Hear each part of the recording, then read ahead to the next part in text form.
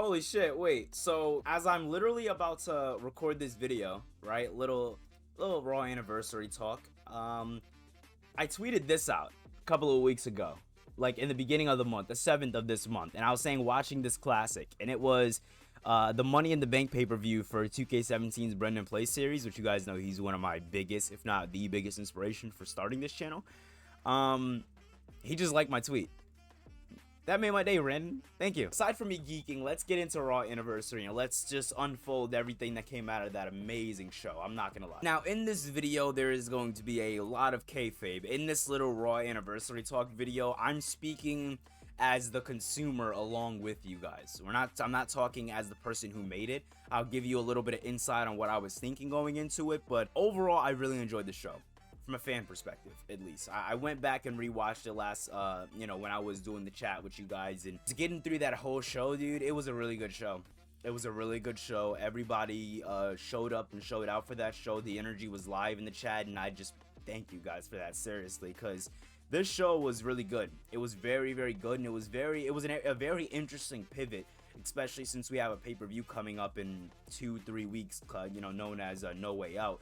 And that pay-per-view is our Elimination Chamber, which, if you know this channel, my Elimination Chamber is a lot like the Elimination Chamber of real life and the Royal Rumble. And when I say that, I don't mean as far as the match type, I mean opportunity.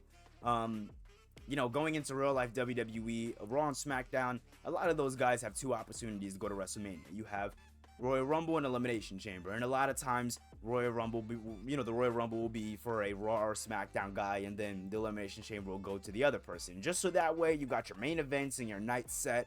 Here in Universe Mode, it's different. We have two brands, but we only have one pay-per-view. We have one pay-per-view every 2 months on top of that. So when we do get a challenger, we like to make sure that challenger is, well, he's gonna be worth the challenge, so you're going to see a lot of qualifying matches going into these next, couple of weeks here in Universe Mode, not only for the men's side, but for the women's side. Last year, I had a women's championship elimination chamber, and I don't know if Rhea's going to be stepping into the chamber or if we're going to go the same way as Balor's route, and we're going to just have, it be for an opportunity at WrestleMania. I'm still kind of deciding what we're going to do with the women's chamber, but there's definitely going to be a women's chamber. There's definitely going to be a,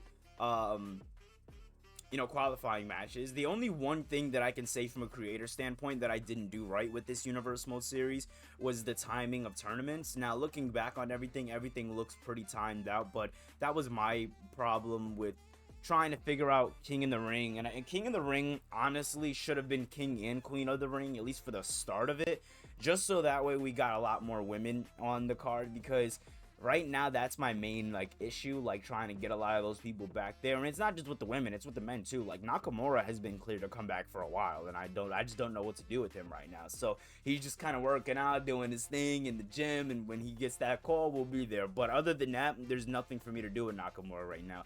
I would absolutely have loved to slot him in with Austin Theory and have them feud, since Theory was the one to screw Nakamura out of his opportunity by hitting him with a low blow in that triple threat match at Extreme Rules. But Theory isn't champion anymore.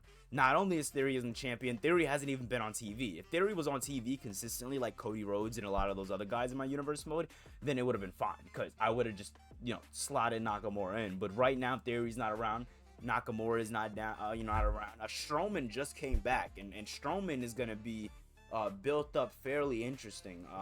I want him to be around. I don't know if he's gonna be in Elimination Chamber at all as far as the pay-per-view goes, but I do know for sure that he is gonna be around in Universe Mode. Ever since we released Bronson Reed, we haven't really had that monster guy in Universe Mode, and I want Braun to be that guy for us. I want Braun to be that guy that turns the tables around. And him and Roman had an opening banger, dude. A lot of people come out of that show talking about, all the other great matches and stuff, but Roman and Strowman went the distance. They took a big chunk of the show out. They opened the show, and they went 20 minutes.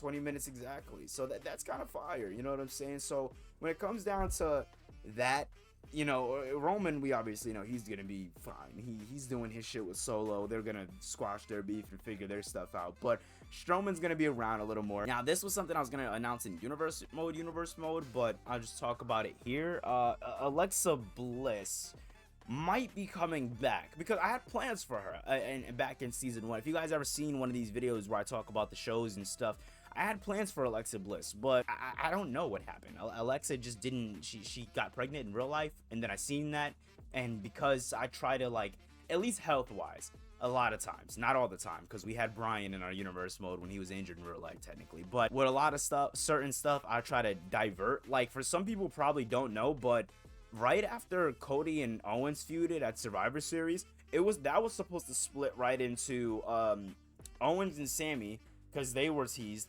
and then Cody and The Fiend.